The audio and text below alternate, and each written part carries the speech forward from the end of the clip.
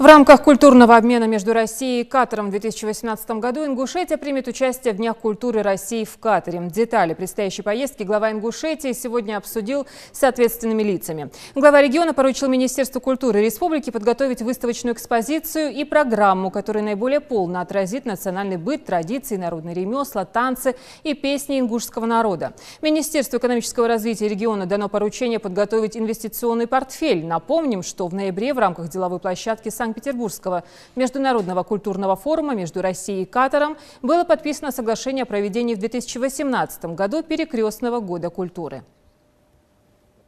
Поэтому с Минкультуры России все эти вопросы обсудить, заявки подать, когда, чего, как. И именно в тот период, когда наша делегация будет там в Катаре, надо максимальное участие уже наших артистов в том числе. Ну и посмотреть там программу, как, что мы делаем и какие коллективы с собой вывозим. Это одна тема. Второй вопрос, именно там же представление инвестиционного портфеля.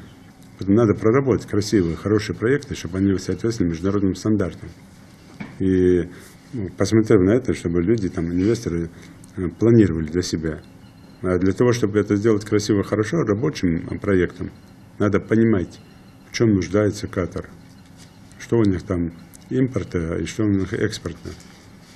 Где у них основные проблемы. Ценовая политика. Кучу вопросов надо обсудить. Чтобы там уже заинтересовать, там, уже понимать, чем мы едем и кого везем туда. Ну и список тех товарищей, которые там представят свои проекты, свои возможности в том числе.